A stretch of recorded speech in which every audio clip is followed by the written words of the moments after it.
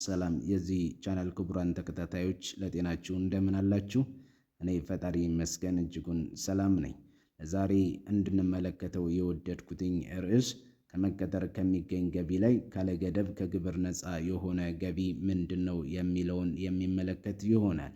ይህንንም ከስሩ እንመለከት ዘንድ የፌዴራል ግብር አዋጁን፣ ደንቡን እንዲሁም ደግሞ የገንዘብ ሚኒስቴር ከገቢ ግብር ነፃ የተደረጉ ገቢዎች አፈጻጸም መመሪያ ቁጥር 1 2011ን የምንመለከት ይሆናል።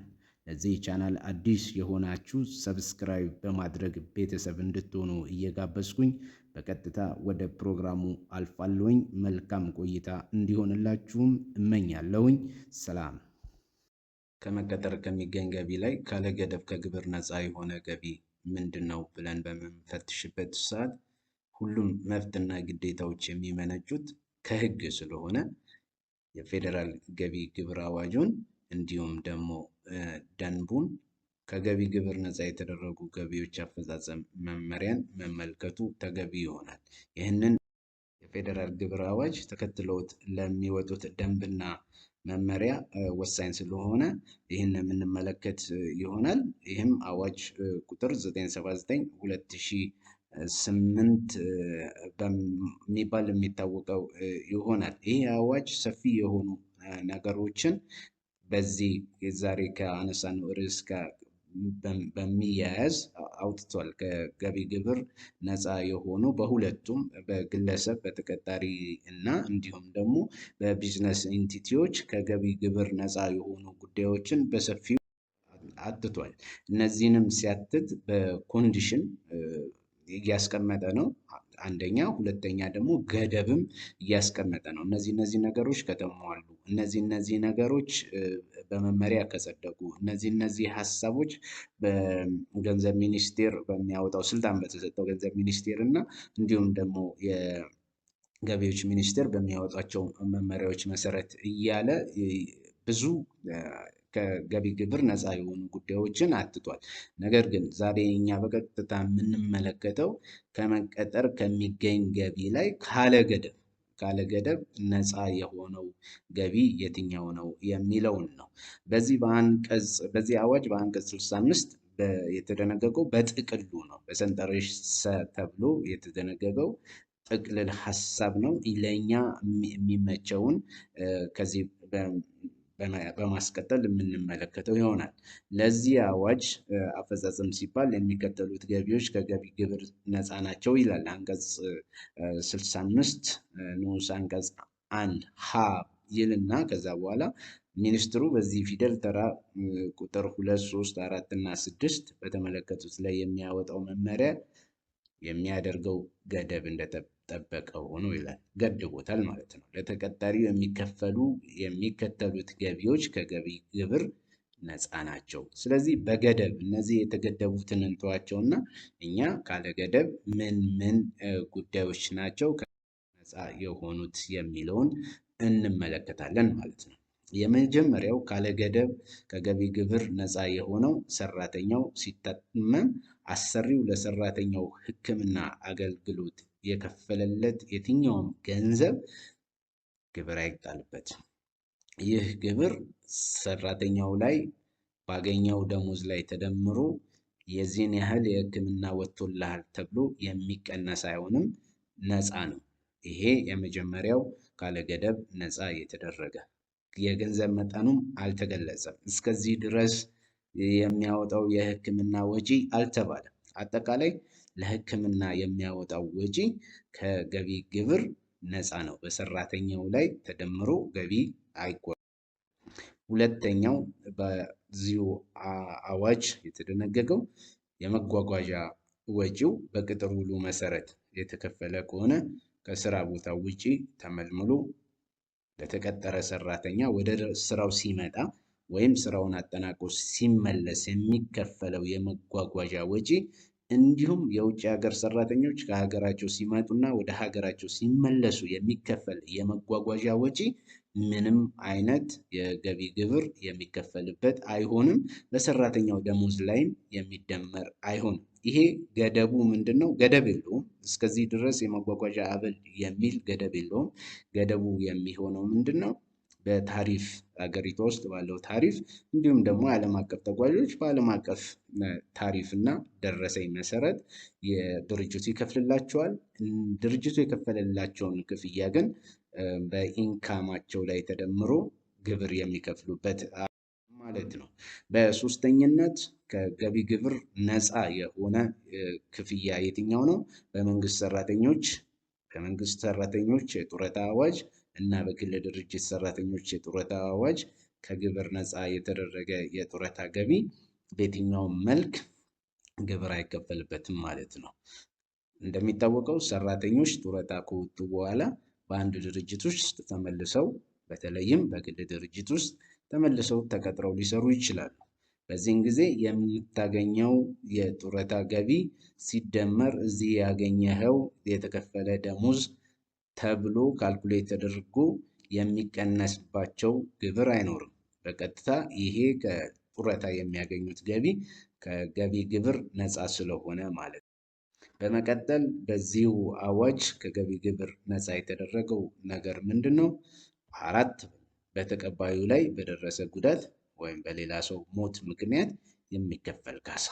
ይሄ ካሳ ምንም አይነት ገደብ አልተደረገበትም።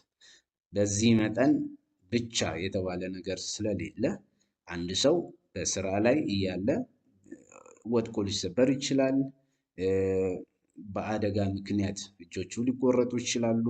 በተለይ ፋብሪካ ውስጥ የሚሰሩ ሰዎች እንደዚህ በሚሆንበት ጊዜ ለዚህ የሚከፈል ካሳ ምንም አይነት የኢንካም ታክስ የሚቆረጥበት አይሆንም። እንዲሁም ደግሞ ሰው ሰርቶ በሚያልፍበት ሰዓት እኛ ጋር ለምሳሌ አንድ ድርጅት ውስጥ በምትሰሩበት ድርጅት ውስጥ ተቀጥሮ የሚሰራ ሰው ቢያልፍ ቢሞት የሚከፈለው ለቤተሰቦቹ የሚከፈል ካሳ ቢኖር ያ ካሳ ከገቢ ግብር ነፃ የሆነ ካሳ ነው የሚሆነው። ይህንን አዋጅ መፍት የተሰጠው ነገር ነው።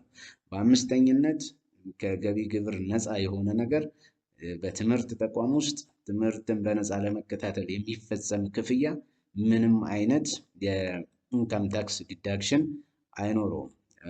መንግስት ይሁን ግለሰቦች፣ ተማሪዎች ወይንም ደግሞ ዜጎች የተሻለ ዜጋ እንዲሆኑ ይፈልጋል። ስለዚህ ትምህርት እንዲማሩ ሰፖርት ይደረጋል። ይሄ ካለገደብ ለተማሪዎች ለአንድ ድርጅት ውስጥ ተቀጥረው ለሚሰሩ በማታም ፕሮግራም ይሁን በቀን ፕሮግራም ብቻ በሆነው በየትኛውም አግባብ የሚማሩ ሰራተኞች የሚከፈል የትምህርት ቤት ክፍያ ከገቢ ጋር ተደምሮ የገቢ ግብር የሚከፈልበት አይሆንም ማለት ነው።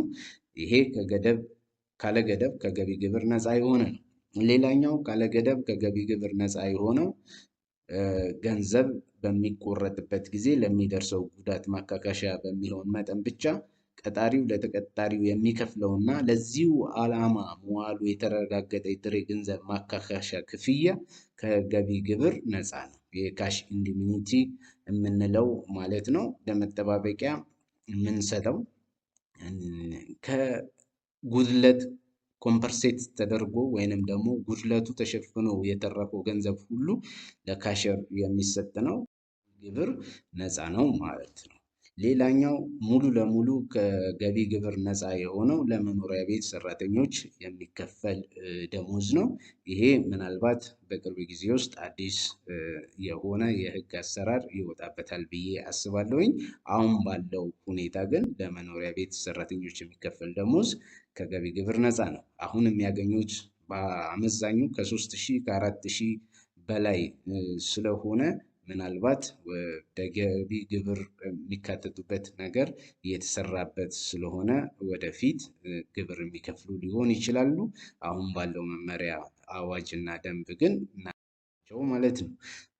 ሌላኛው በኢትዮጵያ ጸንቶ በሚሰራበት ህግ መሰረት በተለይ ከገቢ ግብር ነፃ የተደረገ ገቢ እንዲሁ ይሄ ገደብ ያለው ነው። ለምሳሌ እስከ 600 ብር ድረስ ያለው ገቢያችን በህግ ጸንቶ በሚሰራ ህግ መሰረት ከገቢ ግብር ነፃ ነው ማለት ነው። እነዚህ ከአዋጅ ውስጥ የገቢ ግብር ነፃ የመሆን የተሰጡ ናቸው።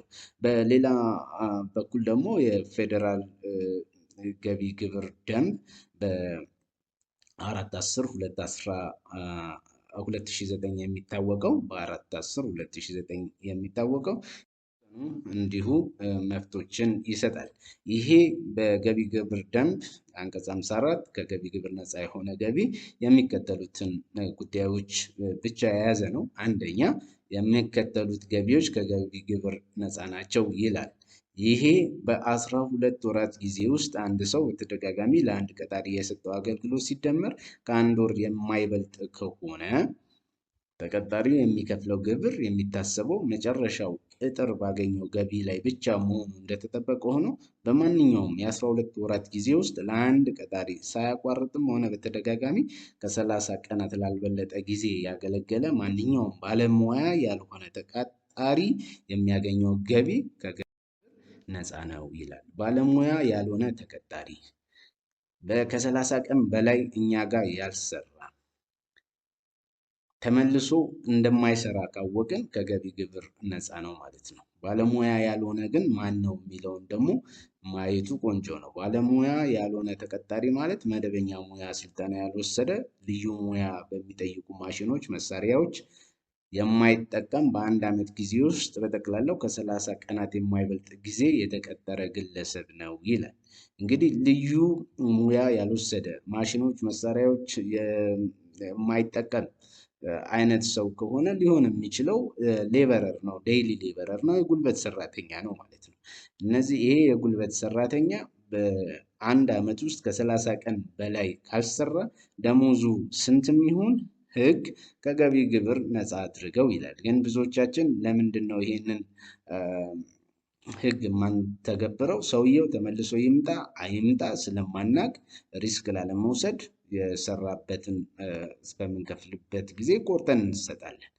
ግን ሰውየው በእርግጠኝነት 30 ቀን ወይም 29 ቀን ሰርቶ ያገኘው ብር 4000 5000 ብር ነው እንበልና ይህንን ብር ተቀብሎ በቀጥታ ወደ ውጪ የሚሄድ ቢሆን ኦር ደግሞ ለትምህርት ሄዶ ከዓመት በላይ እንደሚቆይ እርግጠኞች ብንሆን የገቢ ግብሩን ሳንቆረጥ ብንሰጠው ከህግ አንጻር ተጠያቂ የምንሆንበት አግባብ የለም። ለምን? ደንቡ በግልጽ ምን ስለሚል መብት ስለሚሰጥ ማለት ነው። ሌላኛው በገንዘብ ሚኒስቴር ከገቢ ግብር ነፃ የተደረጉ ገቢዎች አፈጻጸም መመሪያ ቁጥር 1/2000 እንዲሁ በግልጽ ከገቢ ግብር ነፃ የተደረገ ከመቀጠር ገቢ ግብር ነፃ የተደረገ ብሎ በግልጽ የሚያስቀምጠው የመንግስት መስሪያ ቤት ተሿሚዎችና ለተቀጣሪዎቻቸው ከመደበኛ የስራ ቦታዎቸው ውጪ ከ25 ኪሎ ሜትር በላይ ርቀው በመሄድ ለሚያከናውኑት ስራ የሚከፍሉት የቀን ውሎ አበል ሙሉ በሙሉ ከግብር ነፃ ተደርጓል ይላል። ይሄ ለግል ድርጅቶች ተቀጣሪዎች የሚሰራ አይሆንም። በተቀመጠው ማክሲመም 500 ብር ነው የሚለው፣ በዛ መሰረት የሚሰራ ይሆናል። ይሄ 500 ብር ለተራ ወይም ለመደበኛ ተቀጣሪዎች እንዲሁም ደግሞ ለስራ አስኪያጆች ሲሆን ከ1000 ብር በላይ የውሎ አበል አይከፈልም፣ ገደብ አለው። ለመንግስት ሲሆን ግን ካለ ገደብ ለመንግስት ሰራተኞች እንዲሁም ደግሞ ተሿሚዎች ካለ ገደብ ይሄ የውሎ አበል ይከፈላቸዋል ማለት ነው። ይህንን እንግዲህ ከኛ ከራሳችን ከምንሰራበት ድርጅት አንጻር ማየቱ ተገቢ ነው ብዬ አምናለሁ። ለዛሬ ያቀረብኩላችሁ ፕሮግራም ይህን ይመስላል። የዚህ ቻናል ተከታታይ ያልሆናችሁ ሰብስክራይብ በማድረግ ቤተሰብ እንድትሆኑ አክብሮት አሳስባለሁ። በቀጣይ ርዕስ የምናነሳው ደሞዝ ስንት ነው? ደሞዛችሁ ስንት ነው? ደሞዛችሁን የሚፈትሽ እንዲሁ በአዲስ አበባ ያለው ከስራ አስኪያጅ ከፋይናንስ ስራ አስኪያጅ እስከ ካሸር ድረስ ደሞዝ ስንት እየተከፈለ ነው በአዲስ አበባ የሚለውን ፕሮግራም ቆንጆ ፕሮግራም አዘጋጅቻለሁ። ወደፊት ተጠባበቁ፣ የምለቀው ይሆናል። ለዛሬው ግን በአክብሮት እያመሰገንኩኝ እለያለሁኝ። ሰላም ይሁንላችሁ።